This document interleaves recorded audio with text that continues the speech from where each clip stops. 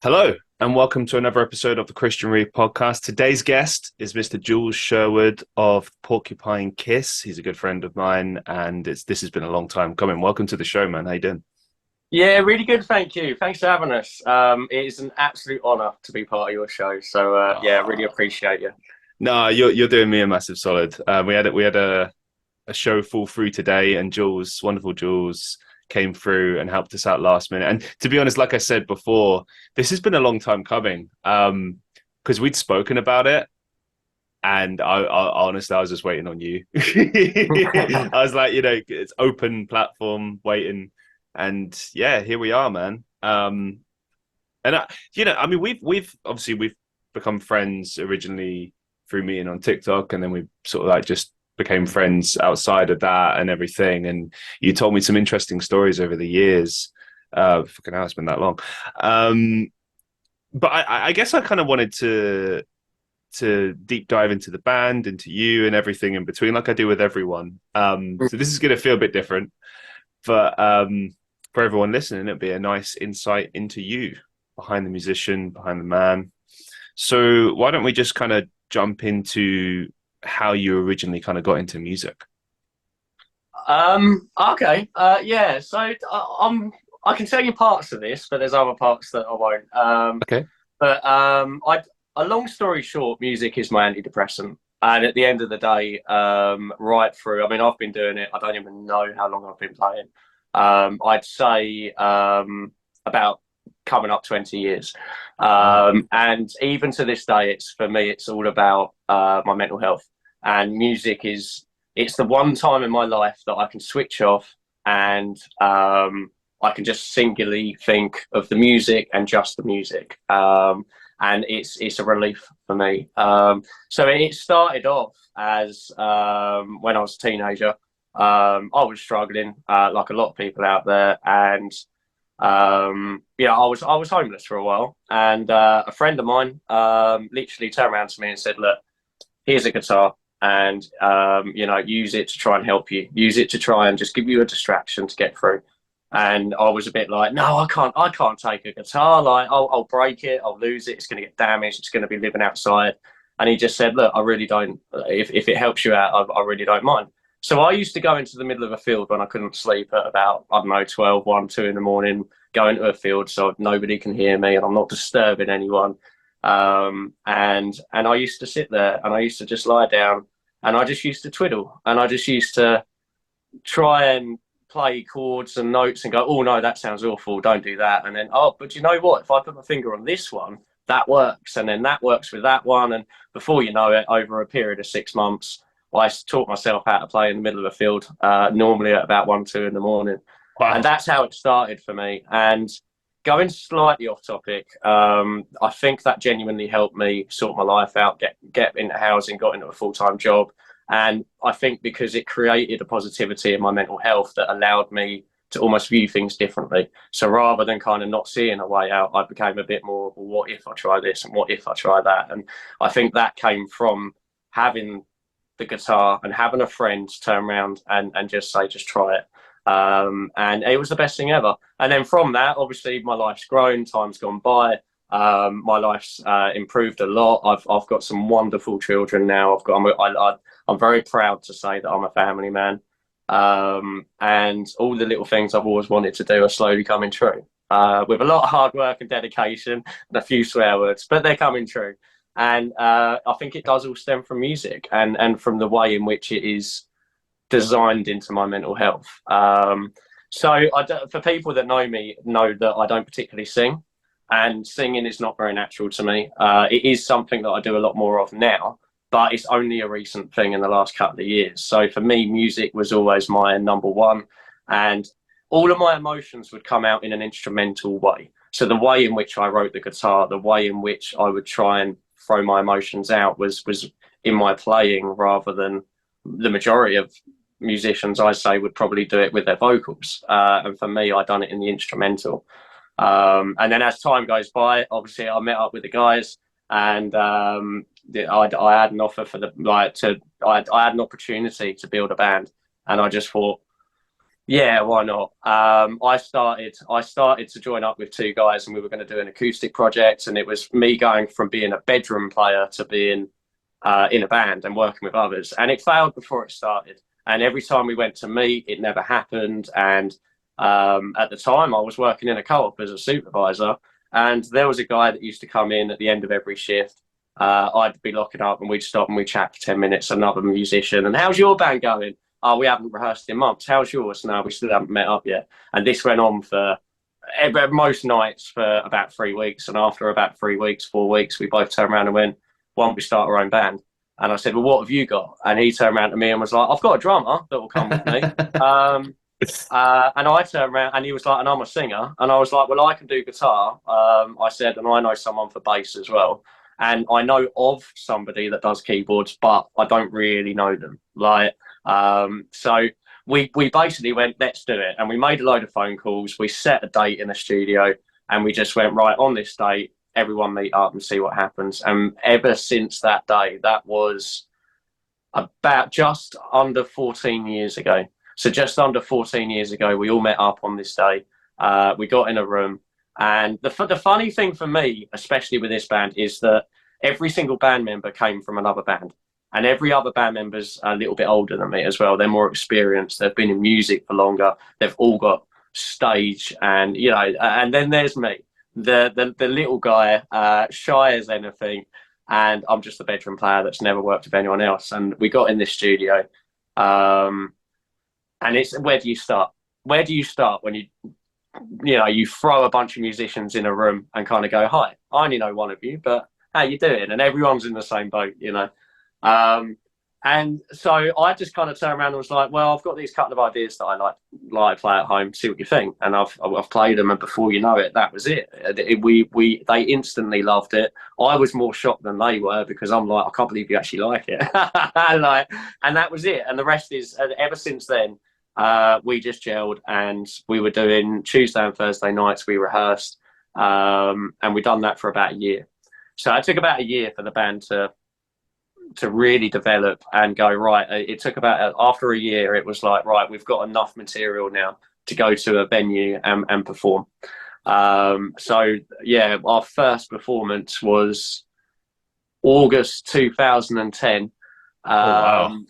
In Essex, and it was for a pub that was joined onto a post office. So it was like all the post office workers. It's where they used to go for a drink, and That's that was our mad. first one.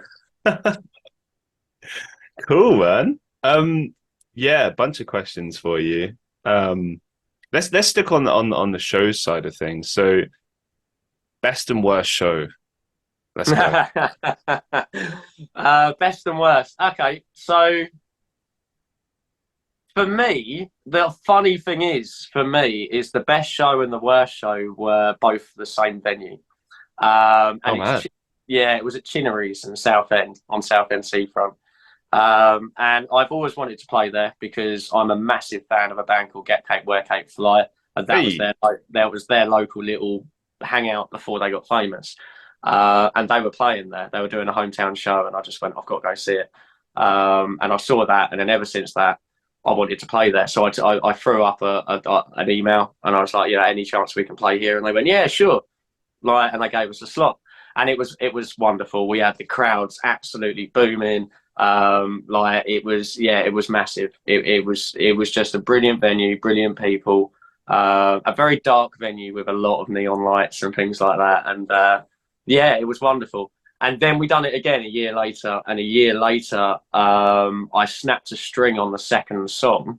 I Oh, had to quickly restring it on stage, and you can imagine the pressure and the build up, and you're sweating, and you just, you're in a panic state, and you're desperately trying to get this string on. And I finally got it on, and the show continues, and lo and behold, one song in, I snapped another string, and the second oh. string went, and before you know it, that's like 10 minutes of your set gone in a double string change. And by then, Shit. my confidence had rocked, and I was, and from there, my confidence and my anxiety were so bad that I Yeah. didn't feel like I could grasp the music properly. And we got through it, but at the same time, I got to the end of it and was like, nah, that wasn't great. And I think my confidence was so knocked by the double string snap that it threw me off my game completely.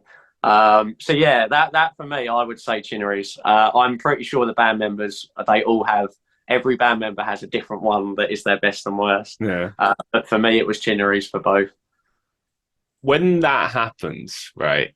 Because they always say like that old saying, don't they? The show must go on, or like just Yeah. get through the song, get through the song, whatever, right? Did you have to try to sort of just finish the song, then quickly restring, or like what were you doing in the interim between that? Like, was whoever's like on stage sort of like trying to distract the crowd for a minute, or like what's the deal? It was pretty much. I think the first one I played the song through, but obviously if you snap a string, I have balanced bridges, which means that the Yeah. string snaps, like they all go out of tune. Oh, a Floyd Rose, whatever it's called. It's that style, yeah. I run Yeah. Ibanez, but yeah, the theory's the same. If you snap one string, it knocks the balance on all of them. So it's not like, so I blagged it through and I was holding the root notes, like the bass notes only, because you don't want to play the whole lot and sound awful. You'd rather play the bass and blend in.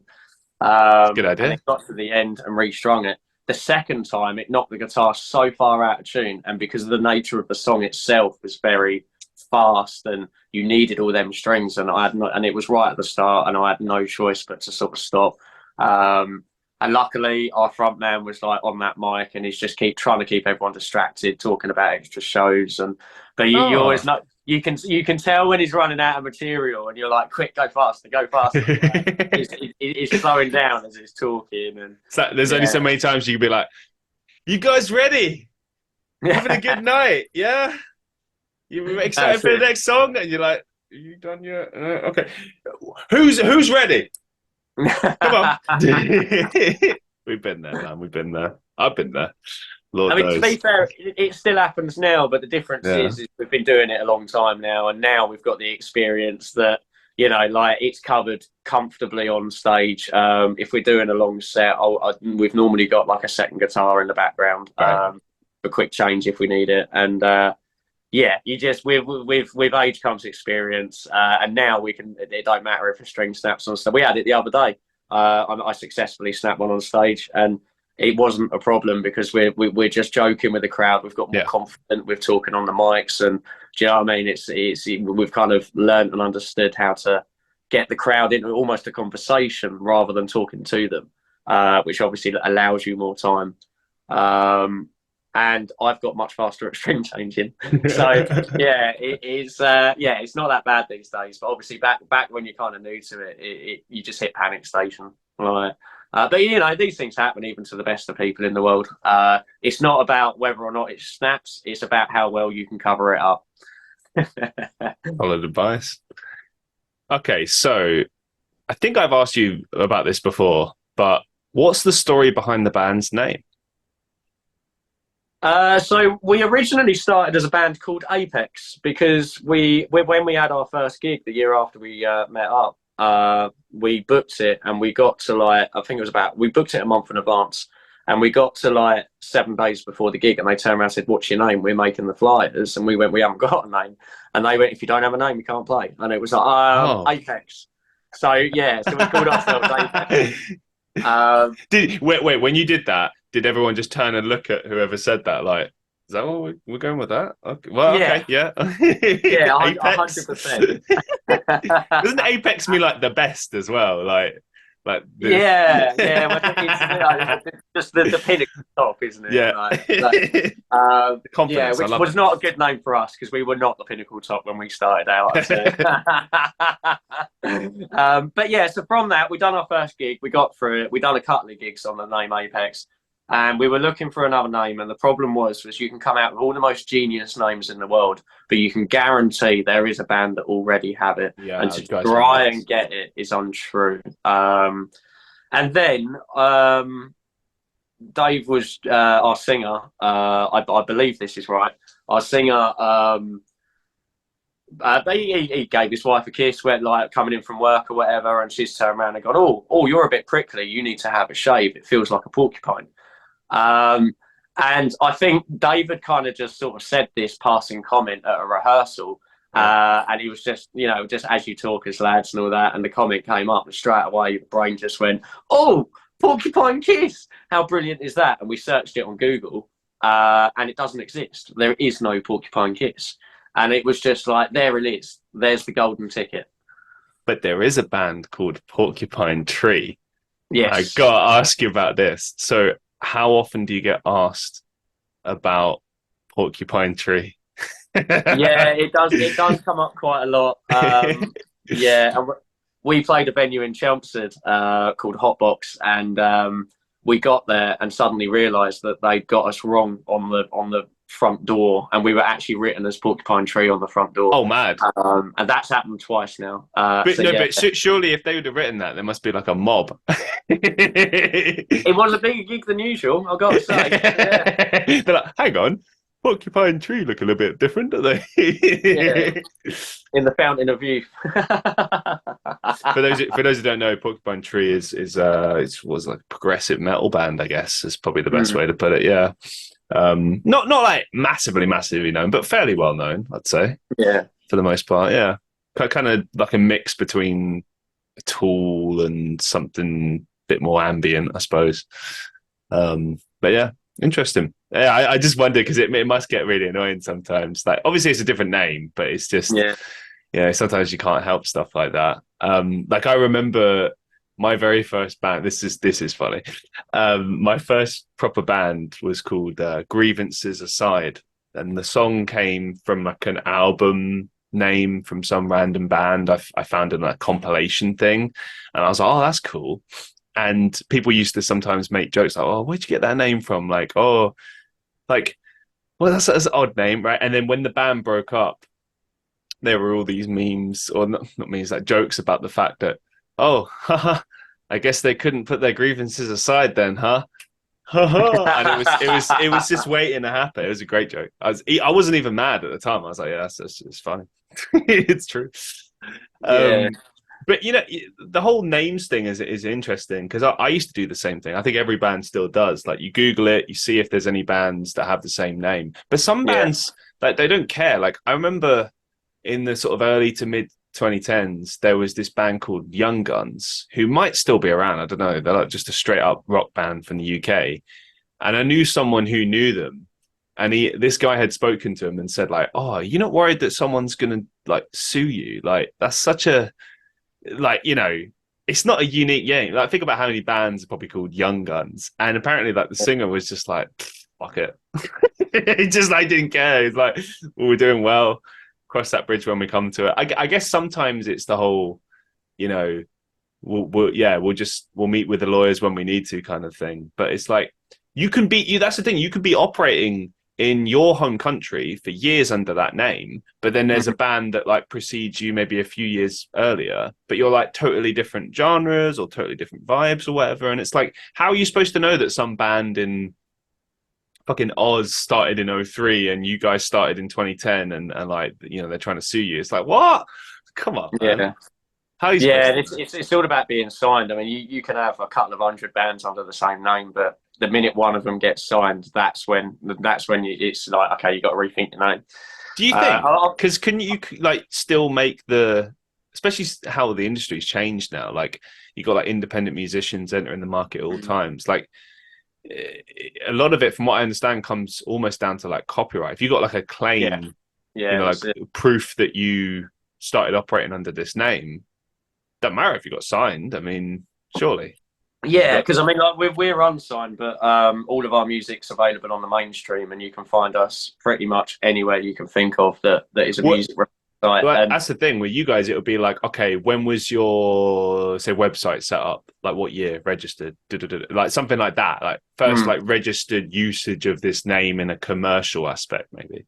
Yeah, and I mean, we're lucky because obviously with coming on the mainstream becomes the copyright issue, and you can imagine I straight away when I'm like, right, I'm going to put my music in these stores. How do I do it? And then boom, the copyright comes up, and you start reading about it, and I'm lost in the first paragraph. Like, I mean, I don't understand the technical jargon. I do not understand what they're trying to explain to me.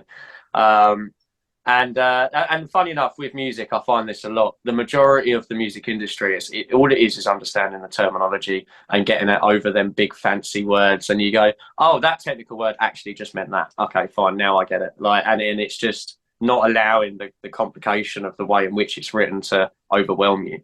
Um, but yeah, so with us, in order to put something on the copyright, I go through a music distributor because it's a lot easier, it's a lot simpler. I pay like £19 a year, and for that, I can release as much music as I want under my artist name. And with that means that they have to copyright it, because you cannot put something on the mainstream that does not have copyright. By law, it has to be there for protection and for big companies in order to use you and pay you royalty rights. So for me, it's nice and simple. I make a track, I submit it to me distributor. They need 10 days, and after 10 days, they've sorted out all my copyrights, and you get like a little individual serial code, and it's amazing. And I'm so glad that I didn't have to deal with that myself. So to anyone out there that's looking at releasing your own music or has an interest in putting your stuff on the big fancy sites, it is very easy. It is very simple. Use a music distributor. If you try and do it yourself, it gets way overcomplicated. It's a lot of hours and a lot of work. A music distributor, £19 a year. It felt like a risk at the time, and I done it 2 years ago, and it's the best thing I ever done. And I literally spend 20 minutes sorting out the putting it on the distribution website, and boom, they do everything for you. They do absolutely everything. They put it out to 45 different stores, and it's done. So to anyone out there, it's very simple. It's very easy. Use a music distributor. There's a lot of them out there, and they're all reputable. They're very easy to tell which ones are good and bad. There's so much on Google these days that it kind of does it all for you. Thanks for sharing that, man. I appreciate it. So obviously you release music with Porcupine Kiss as a band, and you also do your own music. What I'd like to know is, what is your approach to songwriting in both of those instances? Because obviously there's always a process for every musician, and obviously it's different when it's solo versus in a band. So like, what's your approach in both those circumstances? For me, for me, I had to kind of almost simplify it to make it easy, and therefore it's a genre thing. So for me, anything that I do that's kind of rock, hard rock, or classic rock, will always kind of go out of the band first, and go to the guys, and I songwrite for them, but I don't write everything. What I do is I create a track on the guitar. I'll kind of build my parts, and then I'll bring it to the studio, and I'll be like, right, guys, this is my idea. This is my guitar riff in my head. This is roughly what I hear, and this is what I want to try and get out. And then from that, every individual band member will add their own piece. The drummer will write his drums. And the good thing about us is we can all criticize each other. So in the writing process, there are times where I'm like, oh, I'm sorry, mate, but I don't like the drums on that. And he'll go, okay, no worries, give me a minute. What do you think of this? And you go, yeah, that's great. And people do it to me sometimes, even though I come with a premise, I might bring it up, and then I hear them do it, and I'm like, yeah, this is brilliant, but the guitar's not quite gelling. And then I'll just slightly change the rhythm, or I'll change the pattern of which I'm strumming it or whatever. And then all of a sudden I find that I'm adjusting my bit to suit theirs, because I prefer theirs. So although I bring the idea, we do write it as a group. Do you know what I mean? Like, but I kind of bring the concept to the table. When it comes to my independent stuff, I go acoustic, because it's such a dramatic difference between the band that there's no way of clashing the two together. Now, we have done acoustics as a band as well. We do actually have an acoustic EP out there. We've got music videos, and we have done a lot of acoustics. But to be honest with you, that wasn't really out of choice. That was out of circumstance and situation. So with the band acoustics, it was because certain band members had medical issues, and they had to have operations. I remember this. Yeah. They'd be knocked out for up to 6 months. Now, to go without one of your members for that long means you can't be doing your gigs, you can't be doing your, do you know what I mean? Like, and rather than stopping and holding everything, it was so, because obviously you take 6 months off, it will take you a month to get back on track. So 6 is actually 7, And instead, what we've done was we went acoustic, because it's not easier in the respect of writing, but it's easier in the respect of performance compared to a hard rock band where you're expected to jump up and down like idiots and headbang and fly that hair everywhere. And, with acoustics, you don't have that. You can relax a bit. And so if you're recovering from an op, you can do an acoustic easier than you can do a rock band. So we did go acoustic, and we did stick with it for quite a while as well. But for us lot as musicians, acoustics felt a bit more like a job, whereas the rock feels more like a passion. Um, and for me personally, acoustics is my main passion because it's how I started. It's kind of the roots of where I began. And for me, I feel like rock is very good for letting out my kind of aggressive side and my sort of frustrated or pent up side. But acoustics is where the heart lies. So for me, acoustic is where I can really, when I'm playing, I feel like sometimes I can physically get my emotions out on the guitar, whether that's by the way I adjust the volume as I play or by the delicacy of the high notes. And so I will try and write acoustically away from the band. I'll try and write it from a very emotional point of view. Um, and that for me is kind of my favorite. But to be honest, I've never really had the confidence to release my independent music. When I'm with the band, I've got the guys, I've got me group. Do you know what I mean? So I'm kind of, my confidence and myself are kind of supported by the confidence of others. And when I'm starting to feel out of my depth or overwhelmed, I have other people that I can kind of talk to and relate to. And, you know, some other band members will step up and go, "You're right, you look stressed." And I'm like, "Yeah, I'm struggling with this." And they go, "No worries, we'll help you out." And so you've always got that network, and we're a family, you know, we really are a family. And we're more than just a bunch of musicians, you know, we're friends, we're there for each other no matter what. And after 13, 14 years, it is family because you have your ups and downs like families. Do you know what I mean? You have your fallouts, and then you're back like nothing happened an hour later. Yeah, when I'm on my own, I struggle with the confidence. So I've always done my independent acoustics, but I've only ever really shown them to friends and stuff. And I've never really put them out to the world until recently. And it's only in the last year and a half, 2 years, that I have actually started to show my independent side a bit more. And as you know, obviously, I very recently actually released my first ever track on the mainstream that's not Porcupine Kiss. And I worked with a wonderful musician called Moving Mishkin, and we collaborated together on an acoustic singer songwriter, very relaxed, very kind of almost therapeutic music. You know, you could sit there and fall asleep to, kind of thing. But that's the first time I've ever done that. Whereas with the band, I've been releasing music for years. So for me, there's a big confidence factor in music as well. I definitely think you should get that music out there, like more so. There's, and I know many people will agree with me. I think got to push through, get Yeah. through that, man, and get it out there because it'll be stuff that people want to hear. And I know that when you post clips online and stuff, there's people dig it. I dig it. So there's definitely something there for sure. One thing I wanted to ask you before we move on is, you know, you've been in a band for a very long time. You said like about 14 years. Is that right? Yeah. Our first performance was 2010. So yeah, 2009 was the start of the end Okay. of 2009 was the start of our band. That's an incredible amount of time to be in the same band and be with the same people and make it work. What Mm. kind of advice could you give to bands that are forming or maybe bands that might be having some issues or whatever? Like how have you guys kind of stuck together and made it work?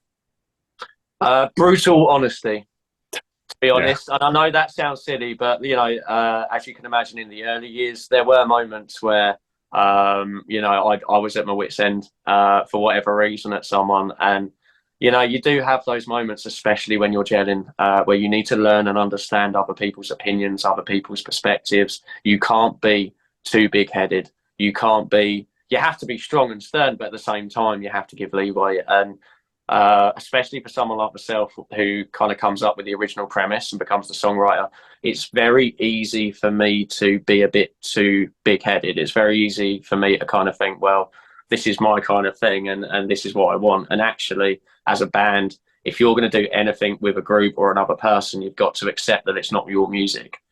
So even though I may have started it, that doesn't give me the right to it. Like I should allow and expect that people will change my music as we go along for the better, and that I need to learn that I'm not always right. And so there's been a lot of times in the early years where we try and gel as a band and things wouldn't quite work, or I'd be a bit too big headed and go, this is the way I want it. And as the years go forward, we've learned that the best thing to do is just be brutally honest. If you've got any grudge, if you've got anything that you do not like that somebody is doing, you have to tell them, regardless of whether it's going to upset them or not. Being honest is the only way it works, because if you even hold back the fact that you don't like an idea in a song, that might seem like nothing at the time, and then months down the line you're that sick of it because you're playing it regularly that it becomes an issue, when it could have been solved in the first place when you're writing it going, can we try something else? And regardless of whether you wrote it or whether you're adding to it, you've always got to be prepared to suddenly change what you're doing and accept the changes. I think it's absolutely brilliant advice. I completely concur. But there is something interesting you've touched on there that I want to explore a little bit. So let's suppose you come in with a very, very clear vision for a particular song, and you don't want to change this because to change it would then turn it into something completely different, and you're just very adamant on this particular idea.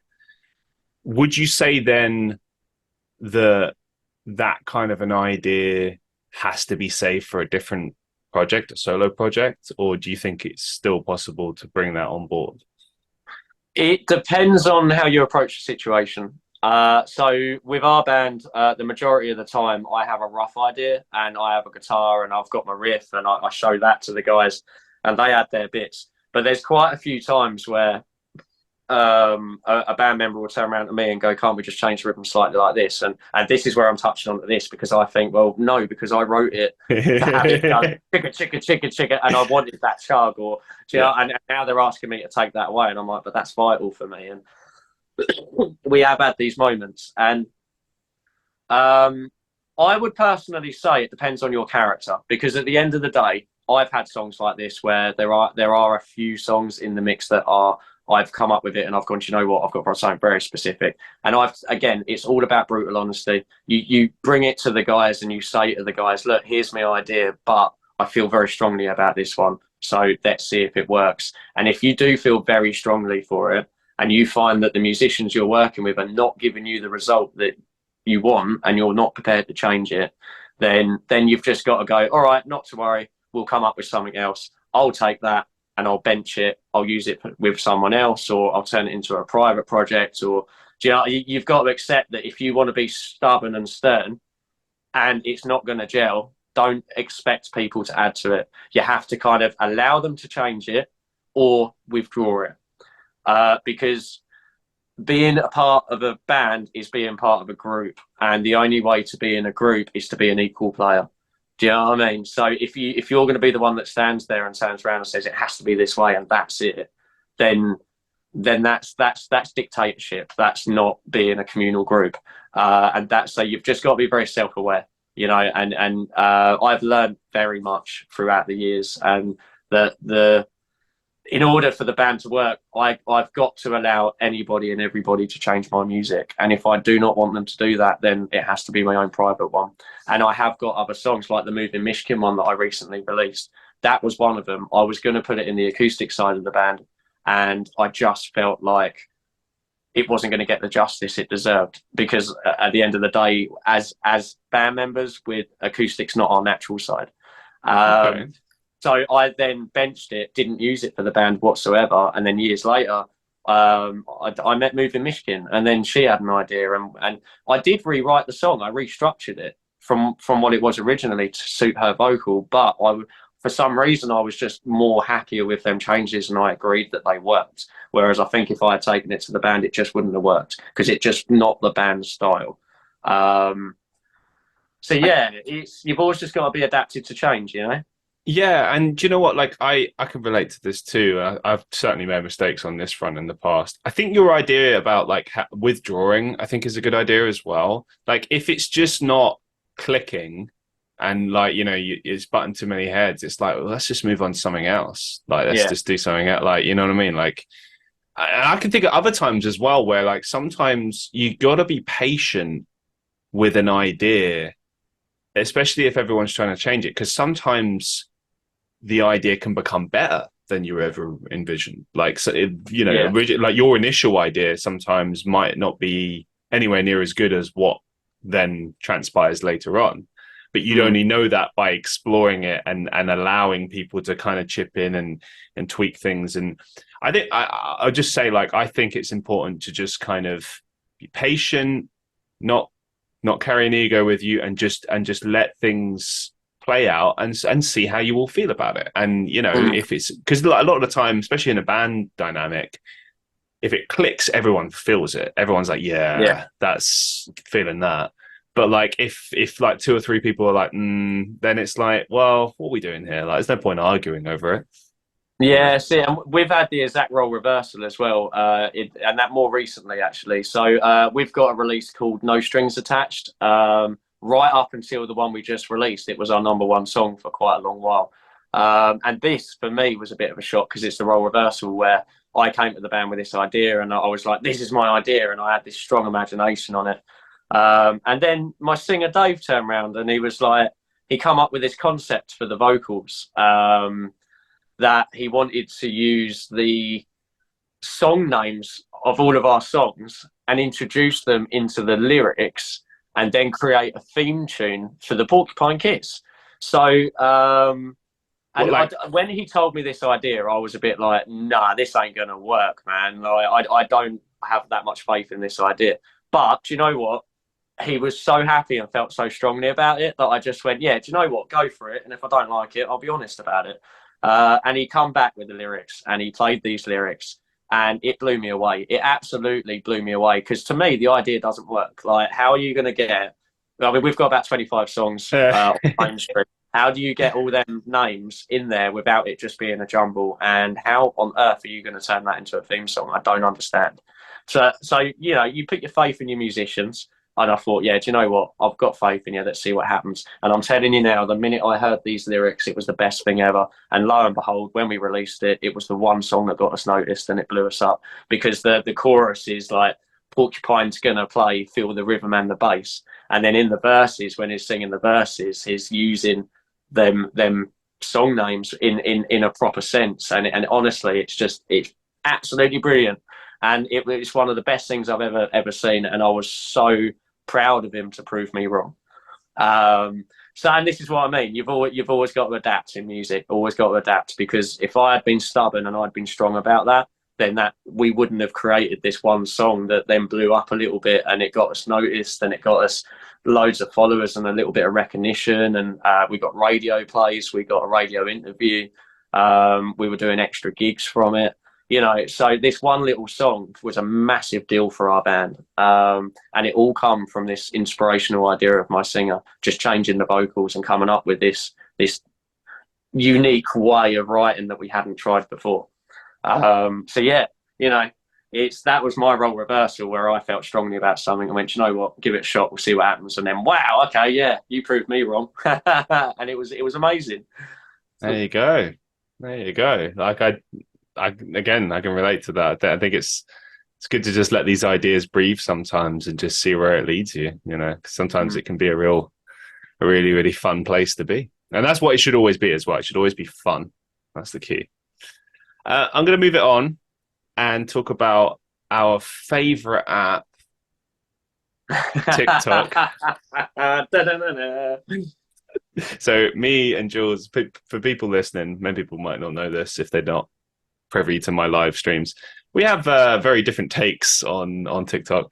I mean, I will say this: I am very grateful for what it gave to me in the form of like my core community and stuff, and it's got tremendous reach. You can't deny it.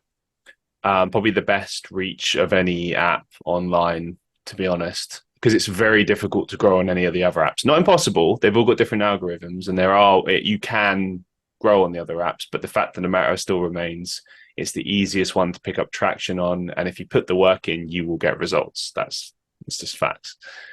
However, I felt personally over the years that it's kind of become a bit of a cash grab. It's become a bit too focused on money and getting money out of creators and encouraging people to just plug in and play, etc. And also just like, the app is a bit of a mess from a kind of like organization perspective. Just like, yeah, if you're a creator on there or if you're just using it in general, it's not got many great safeguards on there and stuff like that. But I don't want this to be like a, oh, let's sit and hate on TikTok kind of thing, because this is a conversation between us. It's an introduction to yourself. So really, I suppose the best question I want to kind of ask you is, what have been your kind of like best and worst experiences on TikTok, like both for yourself, for the band, and just everything in between? So I mean, for a start, I do agree with you with the money thing. It's very obvious, it's very quickly seen. But at the end of the day, every one of these apps is they're all designed for the financial gain, and Right. you've got to look past it and just purely look at what you want from it and how are you going to achieve it. And for us, I can achieve it without putting the money in it and without asking for money either, because that's not what we're about. So for me, I can kind of overlook that a lot more, and just kind of like almost blinker myself. And just kind of use those blinkers to kind of really focus in on what I want to achieve out of it, and kind of dismiss the rest. So TikTok is, to be honest, the TikTok has been a very massive success to the recent career of our music, and it has also been a huge impact on my independent side as well. So yeah, we've been a band for a long time, but nobody's really heard of us. We've spent several years doing local gigs and gigging all around Essex and London, and we've done some comps, and we've got ourselves in the newspaper, and we've done quite a lot of things like that. But one thing that we never did do as a band is look at doing things online and doing the whole social thing. We did used to advertise Facebook, but that was about it. And we've done that for several years, and so we're only sort of known in a local little hometown.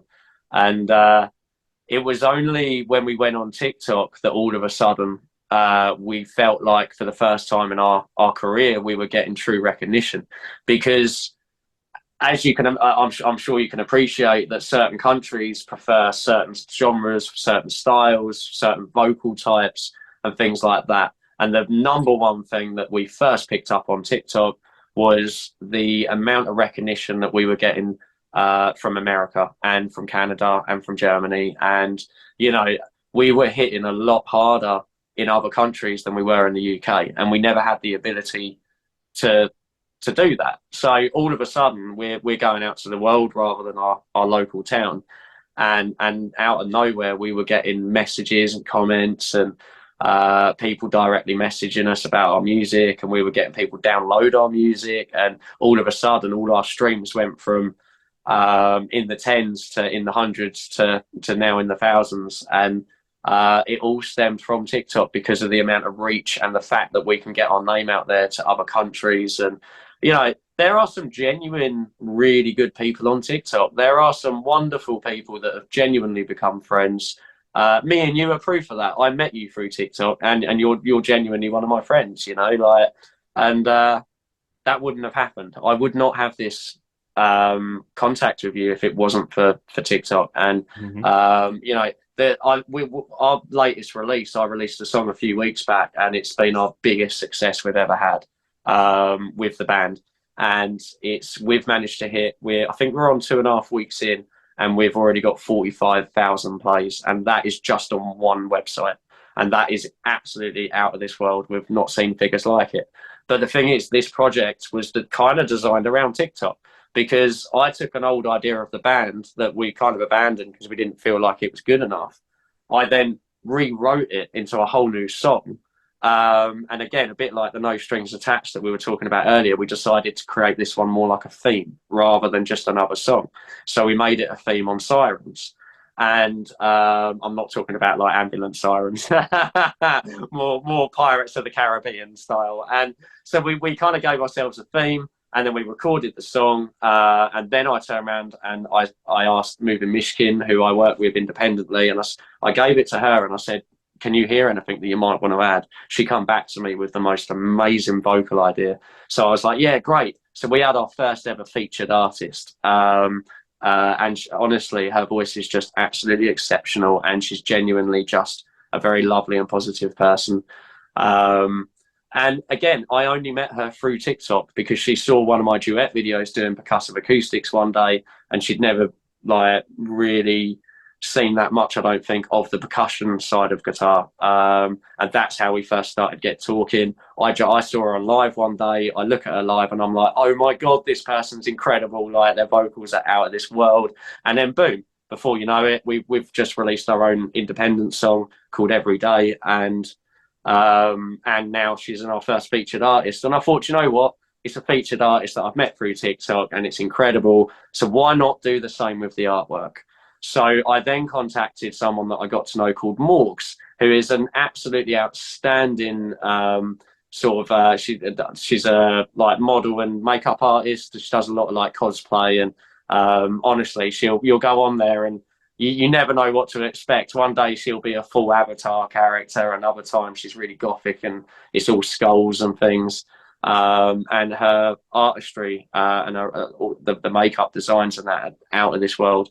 So I spoke to her, we sat on TikTok and we designed the album art of her like for the front cover. And then I ran that through my software, started to add my own touch, kind of gave it a bit of a darker kind of side. And lo and behold, between the pair of us, we've got this wonderful piece of art and I'm very proud of it. It's my best piece of art to date when it comes to album covers. And there you have it. We've got a featured artist doing the helping us out in the main track as vocals, and we've got a featured artist on the front cover. And on the next album, the next one's coming out in about 3 weeks. I haven't got a set date, but it is coming out in about 3 to 4 weeks. And our one and only Christian Reeve is going to be on the front cover. And again, all of this has come through TikTok. And if it wasn't for TikTok, I would not have these connections. I wouldn't have these contacts. We would not have 45,000 plays on the mainstream on a song that we've only just released.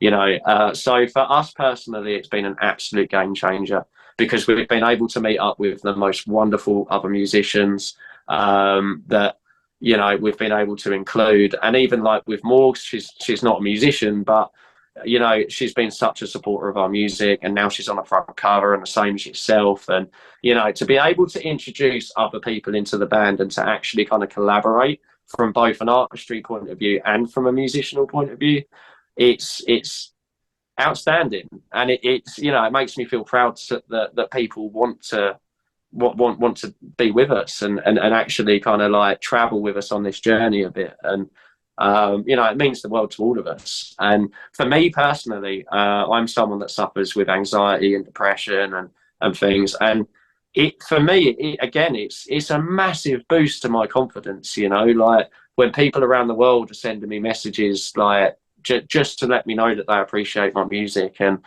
I'm amazed that anyone even cares, let alone the fact that we actually now have fans and people that are waiting for us to go live every Tuesday night. And do you know what I mean? Like it's outstanding, man. It really is. And I couldn't be any more grateful. But the only thing with TikTok, as I say, is I do have to have blinders on.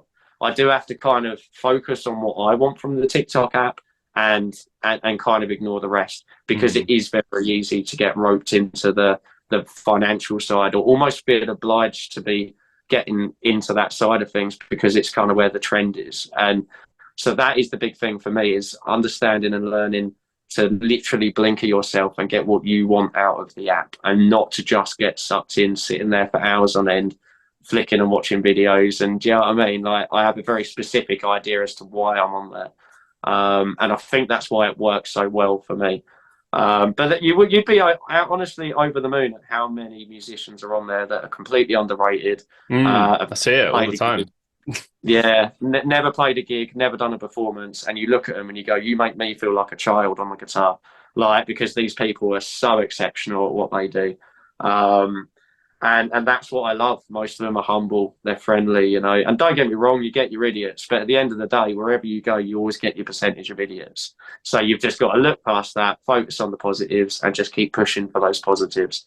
And so for me, it's been a massive game changer for the band, for my independent music, and just genuinely for meeting people and communicating and networking and just getting that name out there. And that's all we're about. We're not about making money. We're not about getting famous. We just would like to get recognized for the music that we do, and to know that we've made an impression on somebody else, that is worth more than money. and that's what we're all about, really. I'm happy it's worked out for you, man, and it's going well. I will add as well, like I'm very grateful for this little small community I've managed to get on there, and how I've sort of brought them over with me to things like the podcast and Twitch, Patreon, and stuff. So I'm very grateful for that element to it. I think a lot of my sort of aggravation with TikTok is not so much about what it can do for you, because it can do a lot for you, and it's certainly helped me in many ways, and I am grateful. It's more to do with like how they treat you sometimes. Like I've been banned on there for no reason, stuff like that. I've just had like a lot of aggravation on there and trolls and everything, and it's sometimes that can kind of be quite frustrating. Yeah. But I think your approach is quite sensible, like having your blinders on, not letting it get to you, and just focusing on your goals. And then that's a better way of approaching it in general, to be honest. Yeah, and to be fair, the only reason I feel so strongly about the statement I made there was because I did let it affect me. I Mm, started, for the first time ever, I stepped away from the rock band and I started going on karaoke nights. And even with yeah, yourself, like me and you, we used to split the screen in half, go live, and we used to take it in turns to do songs. yeah. And I was doing a lot of that, and it was all for me about personal growth and personal confidence and trying to learn to sing better, because singing for me was kind of like my weak point. It still is my weakest point of music is my vocals. So for me, that's kind of the biggest thing I try and focus on now. So I use the app to boost that, joining the karaoke nights and things. And with that came trolls, and with that comes some very nasty comments. And because one troll got blocked by one mod, because they made a comment to me, all of a sudden I had an army of these trolls. Like every time I went live, people would say, "Oh, it's Jules, come live, come perform," and I'm like, "No, I can't," because the minute I come on your live, that's it. I'm going to get flooded within minutes of these people with multiple accounts, and I didn't want to impact the people that I'm trying to be positive with something that's chasing me negatively. Now that hit my confidence. That made me feel awful. It made me even consider not doing it anymore on the old TikTok, because it had hit my self-esteem so bad. Um, so I've been there, and then I spoke to. I'm not going to mention their name, but I spoke to one of my friends on TikTok, and he said, "Why don't you come live? You haven't come live for a while and performed for me." I said, and I explained to him why, and he turned around and said, "Right, that's it. We're going to get 7 people in those boxes. We're going to mod every single person in them boxes. You come live, and every single person that comes through, we'll have them, and we'll have them on multiple accounts, and we'll use the fact that there's multiple accounts, like because that'll big red flag to TikTok that this person, is a troll, because it's not one person reporting them, it's 7." So I joined a live, I jumped in, I sat and just chatted and performed, and they done it all for me. And ever since that day, I've never had any troubles with these people. But from that point, it made me realize that this is what I need to do. And this is why I need blinkers. This is why I need to stop, sit back, and not say I'm going to give up because they've knocked my confidence. Mm, Because don't let them win. Don't let them do that. Instead, what I did was I took a week's break to think about that, just to switch off. And then after a week, I thought about it and went, right, I need to know, why am I on this app? What am I trying to achieve by going live? And is it worth it? And so I seriously sat and asked myself them questions. And that's when I kind of had this plan and went, okay, well, I'm on here for this. These are the people I want to try and meet. The reason I go live is this. So now I specifically go live for very specific reasons. And I have my blinkers on and I ignore the rest of everyone else in the world and just focus on what I need to get out of that app.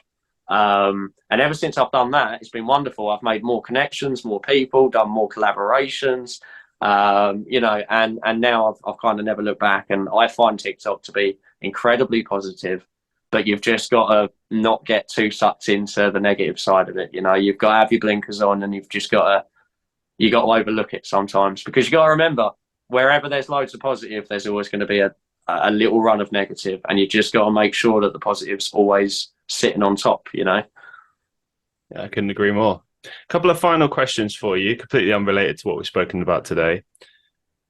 What's the biggest mistake you've made that you learned a valuable life lesson from? That's a good question.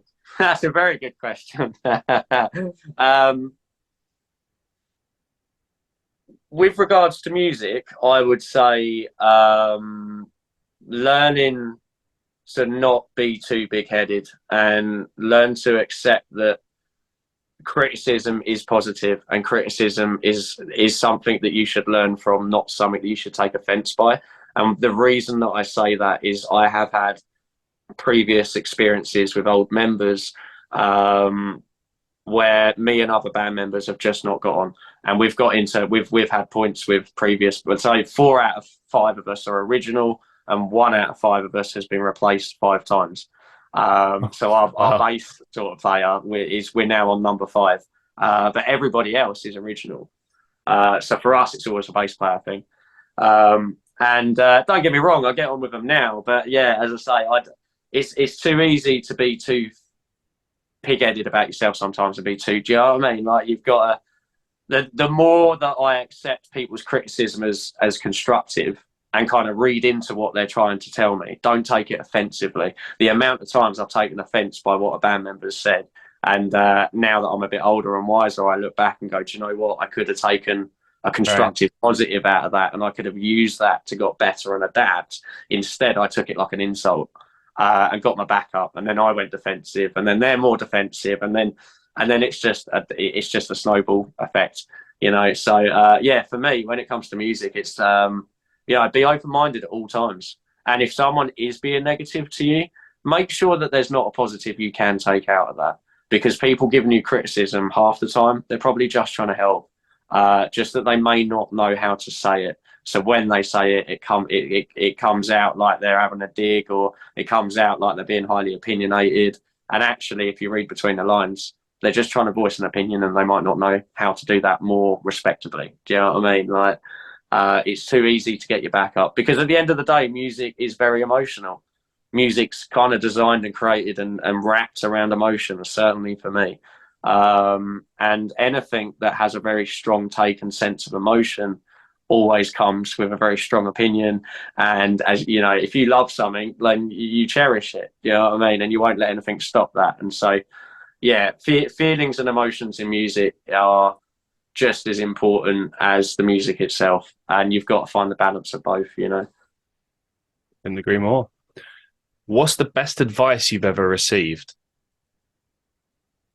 Never stop, and stop doubting yourself. Honestly, they're the 2 things that I've been told. And stop doubting yourself. That, I mean, I am my own worst enemy. The amount of people that have said to me, like, you know, you need to do your independent music more. You need to, you know, like, don't be worried about your music. It's great. It's good. And I sit and I think, do you know what? I don't think it's good enough. And I feel like there's thousands of people out there that are better than me. And you know, don't let anything stop you, because the community of people that I've met through TikTok are the ones that make me realize, don't doubt yourself, just do it, because other people might see something in your music and you might touch people's hearts in a way that you didn't even expect. You don't know until you put it out there. And at the end of the day, I don't know a single musician that doesn't doubt themselves, because we all do it, you know. Doubting yourself is not a problem. Allowing yourself to not do something because you're doubting it too much is a problem, you know. So, and it's the same. It doesn't have to be music, does it? At the end of the day, it's a life lesson in music and in life.